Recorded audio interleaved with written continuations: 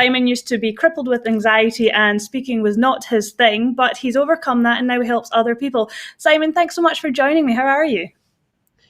Privilege, Megan. Thank you for the honour of joining you today. And I'm very well considering the circumstances. They're quite different in the UK to how they are with you over in Australia. But you have to count your blessings and smile. And I'm grateful for the things that we've got at the moment. So doing well, all things considered. Thank you. Brilliant.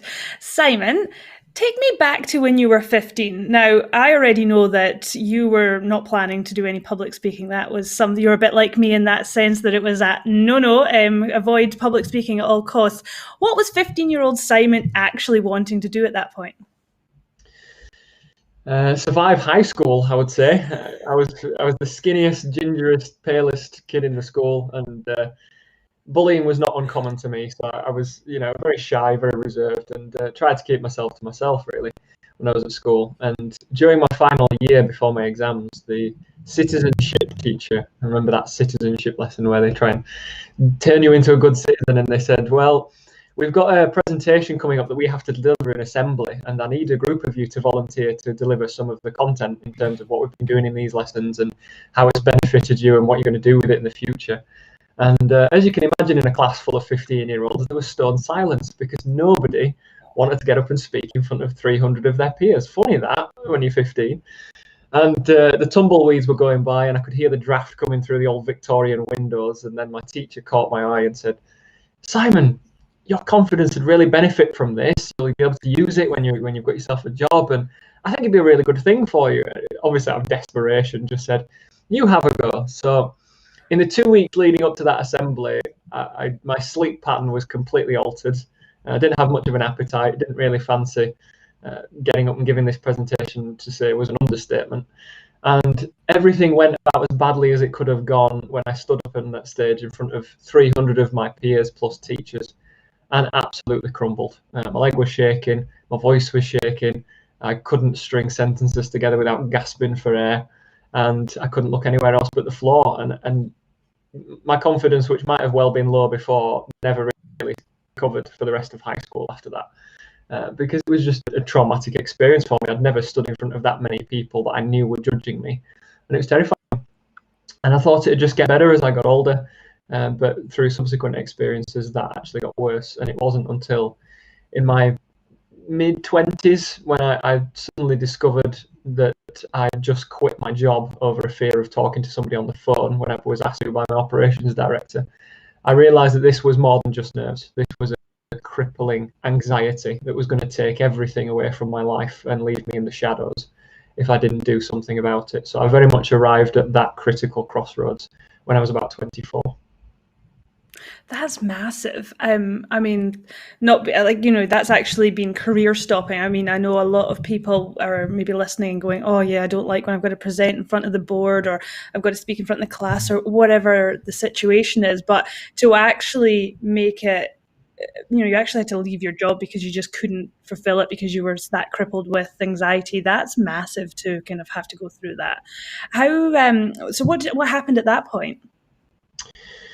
Well, I was newly married at the time to a woman who was as much an introvert as I was, so we didn't really talk much. I was just trying to battle this anxiety, and but I suddenly sat down one day and I recognised that this was not just something that was going to affect me in terms of my feelings about myself. It was going to affect everything: my relationships, my career. I wasn't going to have anything out of life that was meaningful if I couldn't learn to talk to people. And I remember the evening sitting down next to my wife, and just, she could tell that I was really low. She could tell that I was suffering, and that sense of responsibility that I'd brought somebody else into my life's journey now, who had volunteered and willingly said, I'll marry you, I'll support you on this journey, and it was a wonderful thing that she did. But I knew that I couldn't support her with my current way of being, my current level of character, because I didn't have the confidence. And I just remember she said to me quietly one evening, she said, I know it's hard, and I know you're suffering, and I know that this is going to be a long journey, but I came on this journey with you, and however long it takes, I'll support you. And as a newly married person, I know that you value that kind of support from somebody. And that really shook me and made me wake up and realise that there was somebody more involved in this than just me. that I needed to get it together and I needed to find that confidence. So she sparked in me a desire to overcome that challenge I was going through. So I started watching YouTube videos, reading books, trying to pick up everything I could, and finally eventually found Toastmasters International, which is a public speaking and leadership group, non-for-profit organisation that runs locally. Went and joined that club and gradually, piece by piece, structured that confidence together until 2019. I became a UK champion with Toastmasters, and then last year got to the UK finals with the Professional Speaking Association, and that really sparked my passion for, if I can do this, I'm just me, then there are other people out there who are struggling who I can now help, and that's where that's come from. What a big jump. That's massive to go from, not being able to speak at all to winning championships. Congratulations. That's really impressive. I do have a question though. So when you got married, did you have a big wedding? We had we both grew up in Christian families, so we were members of the same church. Mm-hmm. So we had our wedding in one of the churches that was in our area, and we had about 110 people there for the ceremony and for the reception. And it was in the same church that my parents got married in, so it was quite nice to keep the tradition. But we had wonderful support from people who were quite happy to volunteer things and give their time and their efforts, and so we were able to have a lovely ceremony, but on a relatively small budget, which we were very grateful for because people were just so kind to us. So we were very appreciative of that, and it was a lovely day. I just wonder about the question around the big wedding is because I know when I was getting married, and although we had a COVID registry wedding, so it was slightly different, but it was meant to be a wedding of 100 people as well, that one of the things I was scared of was standing up in front of people and doing our vows and all that part.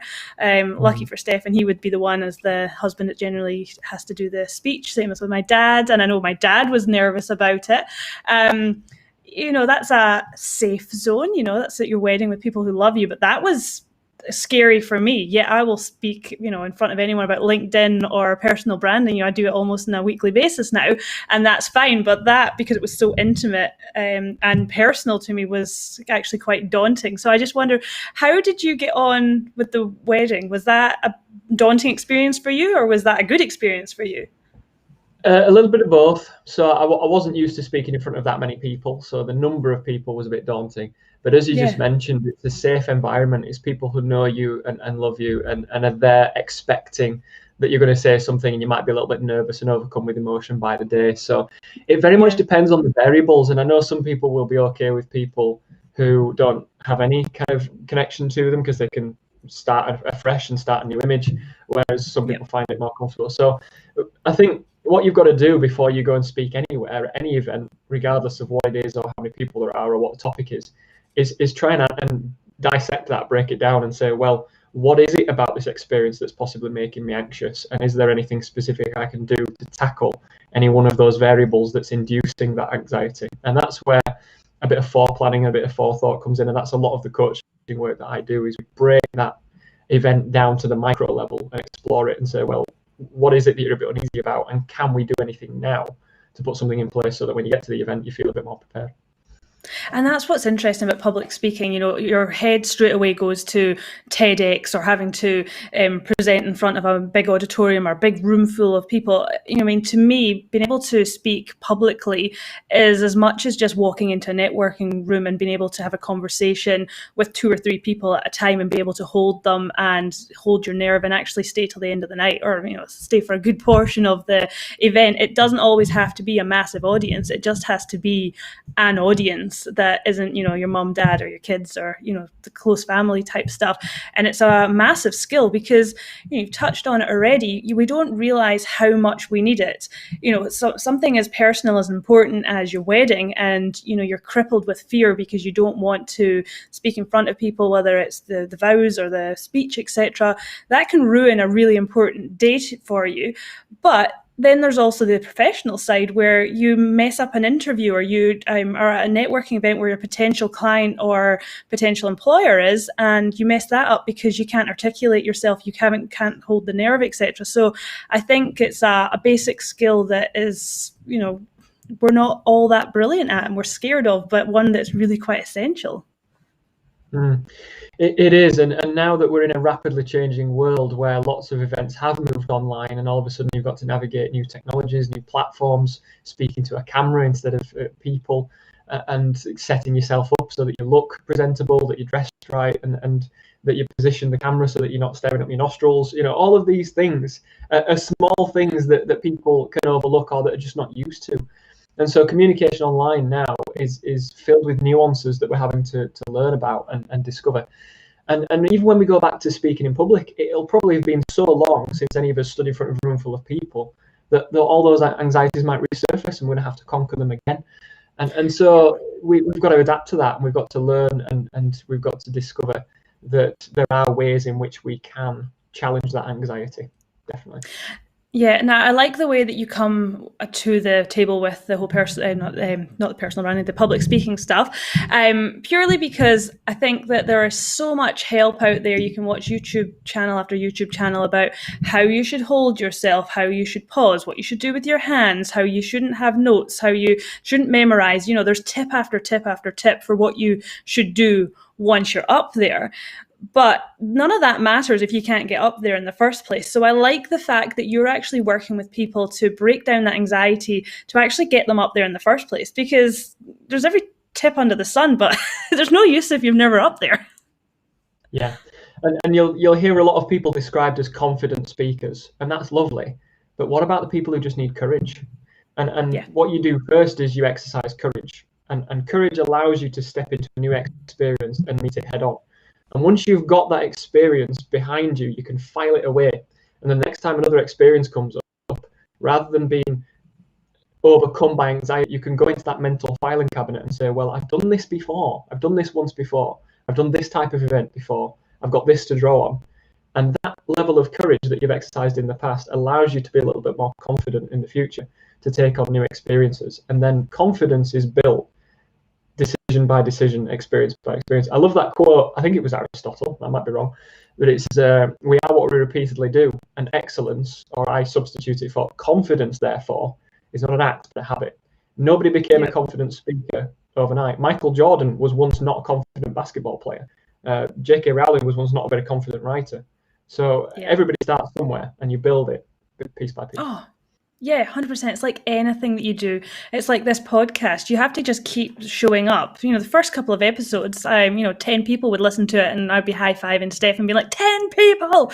And it's been nearly a year now. You've got to build it up. Was the first one great? No. Do I love doing it now? Yes. It's just constantly building on those building blocks, I guess. I studied psychology at uni, so I love all that stuff with the schemas and how we're like continually building on our experience and stuff. But like you mentioned earlier, it takes one really bad experience to override, what could potentially be a good experience. Being crippled in front of an assembly hall, that's not fun. Does that make you want to do it again? I don't think so. I'll tell you my story, Simon. So I have always avoided public speaking at the best of times, and I moved to Australia and I was working at the WA Farmers Federation. And anyone who's listened to this podcast before has probably heard this story a million times. But I was running the conference, and my MC, who happened to be my president, went AWOL, was away taking a media call or whatever he was doing.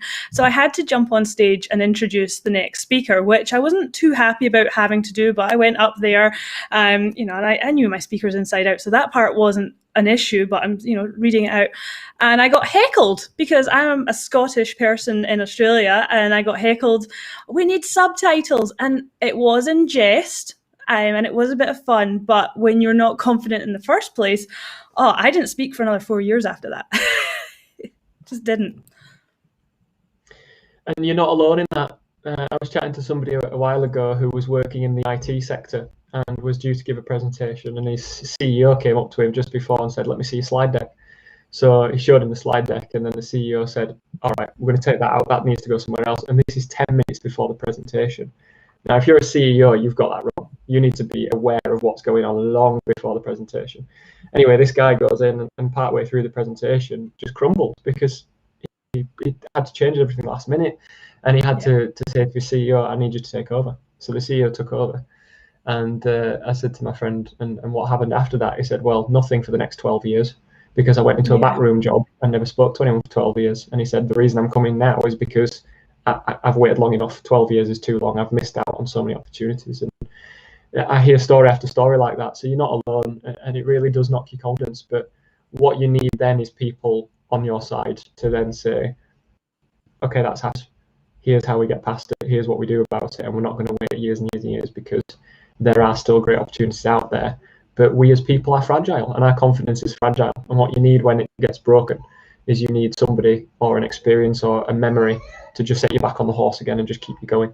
And Yeah. that's why I work with mentors. I work with coaches who coach me Mm. because I need them. And we all do. I think everybody benefits from a mentor or a good support network around them. Oh yeah, I mean, you're nothing but the value of the people you surround yourself with. I firmly believe that as long as you've got a strong support network, I reckon you can conquer just about anything. And public speaking is just one of those skills, and not just for being on stage, just for day-to-day interactions. That is so super important that you need to break it down. You need to have someone in your team saying, you can do this, on you go. Yeah, So absolutely. And I've had a fair few of those for me, and they came to me at times when I was really struggling. Even when I'd started speaking and started speaking to people, I suddenly discovered I had this mountain to climb, and there were so many things about my speaking that I didn't like and I wasn't comfortable with. And I just remember there was one guy, Peter, who used to come up whenever you'd spoken, and he used to do it for all members of the club, but it felt really personal. Is he would come up to you afterwards and he would just say, "I'm proud of you," and you would say, yeah, but this went wrong and this didn't go right and and he would just say, it's fine, I'm proud of you, yeah, and next time you'll do something different. And over a couple of years, every time he would just say, I'm proud of you, I'm proud of you. And yeah. regardless of how well or badly you thought it had gone, he always had the same words to say. And those are the kind of people, like you say, that add the value to you that you need around. Yeah, definitely. And you need that constant reinforcement as well. So if I rewind you back a little bit, so we've gone to Toastmasters, we've won all these amazing awards. You're at this point, are you working as a teacher or is this before?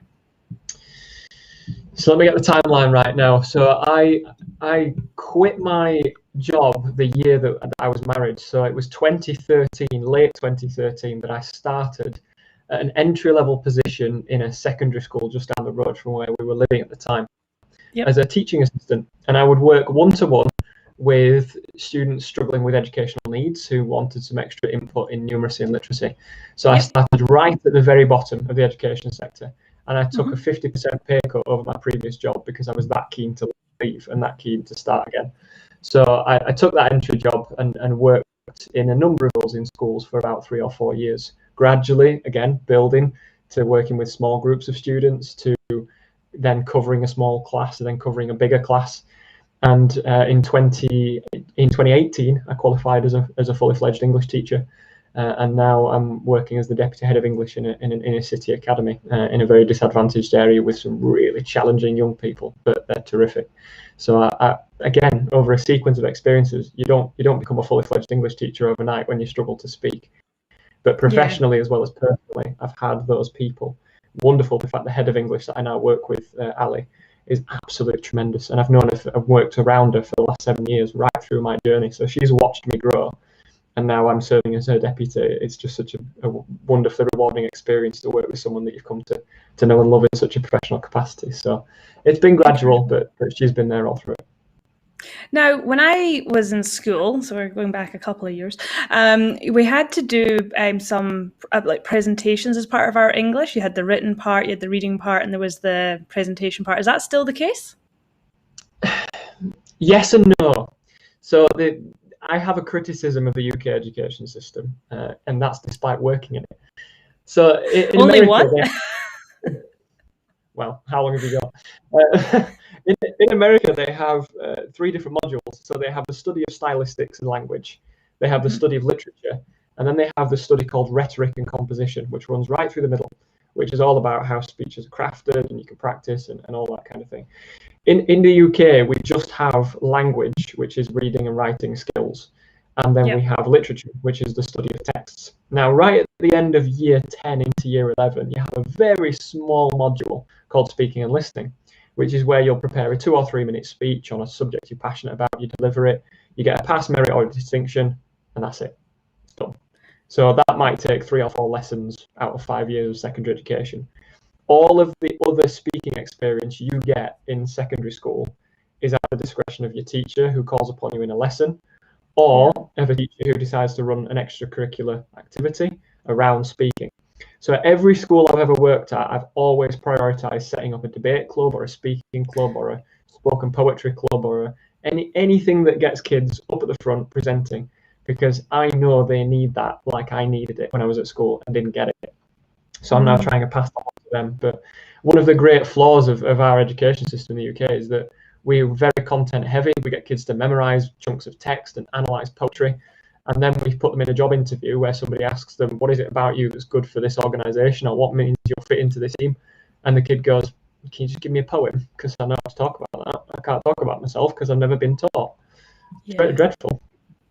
Yeah, no, that's interesting. I remember that as being part of English as well, and I don't know if they're different years, but it's 6th year we would call it in Scotland. Well, 5th and 6th year, and all of a sudden I had to, talk in front of the class, and I still remember, like I can vividly remember standing in front of the class, holding my notes. It was about Muhammad Ali or Cassius Clay. I was very interested in all that at that point, and I stood in front of the class what felt like for 10 minutes, and eventually my teacher just asked me to sit down, and she marked me based on the notes and the research I'd done, but I couldn't do it. But I'd never had to do it up until that point either. So, yeah, crazy. No, and there are so many new things coming out now. We've got things like Voice 21 and Oracy strategies that come out when we're trying to embed them into our everyday teaching. So we'll have choral reading or new vocabulary delivered, and we do try and give students opportunity to discuss or to stand up, to present, to speak at the front. But again, it's really down to the competence of the individual teacher. If they don't feel like they can control the curriculum well enough to be able to orchestrate those opportunities, then some kids might really struggle. And I think I read something a while ago that said the average student between, so this is 11 and 16 when they leave secondary school, will speak by themselves to the whole class for an average of 4 hours in 5 years. So in 5 years, you get 4 hours where you're actually talking in front of a class. If you're answering a question or whatever, you add it all up over 5 years, and it's less than 4 hours. That's and then you incredible. wonder why people can't do it. Yeah, because as soon as you're in the work environment, you've got to, you're either answering to a board or a CEO or someone, and you've got to present ideas, PowerPoints, all this kind of stuff. And again, it doesn't always have to be on a big stage. It's just having to speak in front of 1 or 2 people even to get your idea across. It's incredible that it's not something we do more of. I mean, in my school, I'm just trying to think of examples. We did have a debate club, which... so there's a debate club, and then if you were into drama or anything, they would be your only opportunities of actually getting yourself out there in front of people. So yes, but you've okay. So at what point did you then start Simon Speaks? Simon Says, sorry. So that was right off the back of the UK final of the Professional Speaking Association. So we're talking about October 19, so just about coming up to 18 months now. And it feels like such a long time ago because it was pre-COVID. And off the back of that UK final, I realised that I'd got to something of a milestone in my own journey. If you can stand up and deliver it was only a 5-minute inspirational speech, but to a group of 300 of your, I'm going to say peers, but people I'm aspiring to be like, professional paid speakers with a real insight into what you're doing. You try and deliver that speech and think, I'm going to move this way, I'm going to say that in that way, I'm going to pause here. And they're 2 steps ahead of you. They know what's coming. So it was a really daunting task. But to even finish as runner-up, I was absolutely delighted. So off the back of that, I suddenly thought, if I can now stand up in front of 300 of the best speakers in the country and hold my own, if you want to call it that, I really want to do something with this now, because I recognise that there will be people on their own journey who are going through what I've been through, and I now want to help them. So I set up Simon Speaks October 2019 and started the website, and gradually have expanded it into a podcast. So I now host a podcast, which I know you're coming on very soon, which is exciting. And I also started some masterclasses. So I now run live masterclasses for people that are looking for that really affordable, accessible way into presentation skills. And then I offer individual coaching programs as well. So it's all based from the website. And at the moment, I'm just enjoying things like Clubhouse and networking and getting involved with people. And then, as I said to you before we started, I'm looking to try and start some online courses this year to give people that extra autonomy to learn at their own pace. And it's very exciting. I'm looking forward to the developments this year. No, that's incredible. So to be really clear, though, you're not really helping purely with that stage presence. You're really digging in way before someone gets in front of anyone. That you're really breaking that part down. That's where your zone of genius is, I guess. Oh, that's a big word. I'm not going to endorse that one. But no, absolutely. I think there are a lot of speech coaches who focus around that presence, and they do a wonderful job. But having been through what I've been through, I'm really invested in making sure people don't have to go through what I went through. So I will start with people who are at stage one, if you want to call it stage one, who are absolutely terrified, anxious, who want to know where that anxiety is coming from, get some tools in place. Then we can look at the confidence, the stagecraft. And I've just finished a master's degree in creative writing and storytelling. So I use that experience as well to help people craft the speeches, to do the storytelling element, get that impact. So I like to think I can take people on a much bigger journey from right at the beginning, right through to crafting and delivering that presentation and getting ready for it. And it's all based on things I've studied, but also things I've done myself and that I've found to have worked. Real life. There's the best story. I don't know if you've ever heard of this guy. His name's Drew Manning, and he is the, let me get this right, fit to fat to fit. And he's a personal trainer coach. And his whole thing was that he was working with clients. He would give them their plans. They were to follow this diet. They were to follow these exercises. And then week in, week out, they would turn up, but they weren't actually doing what had actually been set out for them. And he's like, why can't you do this? Like, you know, after 12 weeks, you should have lost X amount. You should have gained this amount of muscle mass. You should be able to lift this, all this kind of stuff. But they weren't actually doing it the whole program because they just weren't turning up to it fully. And they were maybe cheating, having that extra chocolate bar or whatever at night. And he couldn't quite get in the mindset of it because as someone who'd always been sporty, had always been fit, had always been healthy, he just didn't understand it. So he quit all activity, like so all exercise, and for I can't remember the time period, but he stopped eating his normal diet and just ate junk. Well, not just junk, he just ate anything. He wasn't counting calories or macros or whatever it was he was doing. He was just, oh, I'm going to eat this, I'm going to eat that. So he put on all of these pounds, and then he went through his own program to lose the weight, and he found it really, really hard because he had new cravings and like a new body that just didn't work the way it had previously. But he did get back to the state he was in before, but he was so much better at helping other people to be able to get to their fitness goals because he actually understood them then, because he had been his client, he'd been in their shoes. And I think that's what's important. You know, there's a lot of people who teach public speaking, but they've been confident forever. They were in the drama club. They were always putting their hand up to speak in front of people in class. They were the center of attention. Like that's what they loved. This was their thing always. And there's a lot, don't get me wrong, there's a lot you can learn from those people as well. But when you're so crippled with anxiety, you want to speak to someone who knows what the hell you're talking about. And I think that's where the magic is. Yeah, absolutely. And I know you're looking to join it soon, but Clubhouse has been a real revelation because there are lots of groups on there now where people are talking about public speaking presentation skills, but these are rooms with hundreds of people in them. And if you're not confident about speaking, you're not going to get the stage time. So I run a room once a week called a safe space, where it's small, and I'm happy for it to be small. And people can either share, they can come up on the stage and actually talk, or they can send me a question through Instagram and I can answer it during the session there if they're not ready. But it's all about getting people on those first steps to speaking. And at the end of the session on Monday, somebody said, I really like this room because you're a man of the people. And I just thought it was a wonderful compliment that I want to have painted on my wall somewhere. And if that's all I'm known as is a man of the people, then I'm absolutely fine with that because I've been in somebody else's shoes and I can at least give them something to get them started on that journey. And that is absolutely fine by me. Brilliant. I love that, Simon. And as soon as I get my iPhone, I will be on Clubhouse and see what all the fuss is about. Simon, thank you so much for joining me. I've really enjoyed our chat. Can you just quickly tell everyone how they can get in touch with you? Yeah, absolutely. I'm most active on LinkedIn. So if you just type Simon Day into LinkedIn, you'll probably find me. I paid good money for that picture, so I'm hoping it does the job. And most of the things that I do, you can get to me through the website. So it's simonspeaks.co.uk. And through that website, you can email me directly. You can access all of my masterclasses and all of my calendar for my events and my coaching. So I'd recommend people use the website.